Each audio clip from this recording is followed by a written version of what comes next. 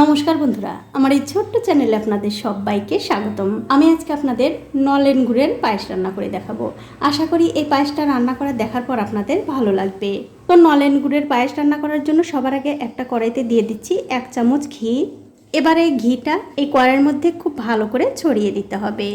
ছড়িয়ে দেওয়ার পর যখন দেখবেন এই ঘিটা ভালো করে গরম হয়ে গেছে, তখন এর মধ্যে কিছু কাজু আর কিশমিশ দিয়ে ভেজে নিতে হবে। আর এখন কিন্তু গ্যাসের ফ্লেমটা অবশ্যই লো টু মিডিয়ামে রেখে এই কাজু আর কিশমিশ ভেজে নিতে হবে। তো এই দেখুন, কাজু আর কিশমিশ কিন্তু আমি খুব ভালো করে ভেজে নিয়েছি। এখন এই কাজু আর কিশমিশগুলো আমি তুলে অন্য একটা পাত্রে রেখে দেব।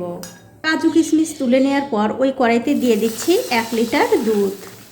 এবারে গ্যাসের ফ্লেমটা বাড়িয়ে দিয়ে এই দুধটা আমি খুব ভালো করে জাল দিয়ে নেব। তো এই দেখুন, দুধটা কিন্তু আমি খুব ভালো করে জাল দিয়ে নিয়েছি। দেখতেই পাচ্ছেন দুধের মধ্যে কিন্তু বলক এসে গেছে। এখন এর মধ্যে দিয়ে দিচ্ছি গোবিন্দভোগ চাল। এবারে দুধের সঙ্গে এই চালটা খুব ভালো করে রান্না করে নিতে হবে।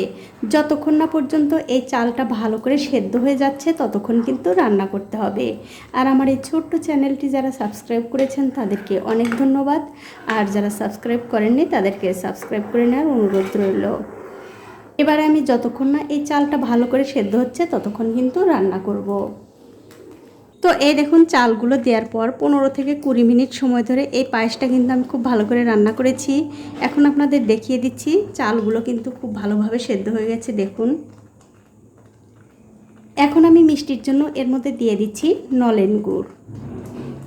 আপনারা হয়তো ভাবছেন এই নলেন গুড় আমি এই অদিনে কোথায় পেলাম। যখন সিজন থাকে, মানে শীতের দিনে কিনে আমি ফ্রিজে রেখে দিয়েছিলাম, সেই গুড়টাই এর মধ্যে দিয়ে দিলাম। এবারে গুড়ের সঙ্গে এই পায়েসটা কিন্তু আবারও খুব ভালো করে রান্না করে নিতে হবে। আর এই পায়েসের মধ্যে চালটা যে আমি ব্যবহার করেছি, 1 কেজি দুধের জন্য আমি 100 গ্রামের একটুখানি কম চাল দিয়েছি। এটাই কিন্তু যথেষ্ট। আপনারা চাইলে এর চেয়ে কমও বা বেশি দিতে পারেন। এবারে গুড়ের সঙ্গে এই পায়েসটা কিন্তু আমি আবারও খুব ভালো করে রান্না করে নেব।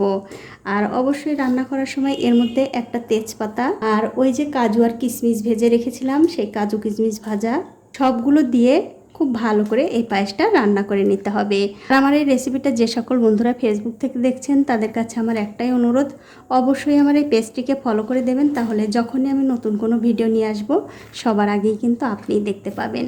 দেখুন, গুড়টা কিন্তু খুব ভালো করে পায়েসের সঙ্গে মিশিয়ে দিয়েছি। আমি আরও কিছুক্ষণ রান্না করে তারপর আপনাদের দেখাচ্ছি। তো এই দেখুন, গুড়টা দেওয়ার পর এই পায়েসটা কিন্তু আমি আরও 3 থেকে 4 মিনিট খুব ভালো করে রান্না করে নিয়েছি। দেখতেই পাচ্ছেন পায়েসটা কিন্তু হয়ে গেছে। এখন আমি গ্যাসের ফ্লেমটা বন্ধ করে দিয়ে আপনাদের একটু পরিবেশন করেও দেখাচ্ছি কেমন হয়েছে। দেখুন, খেতে কিন্তু অসাধারণ লাগে। আজ এই পর্যন্তই, দেখা হবে অন্য কোনো নতুন ভিডিও নিয়ে।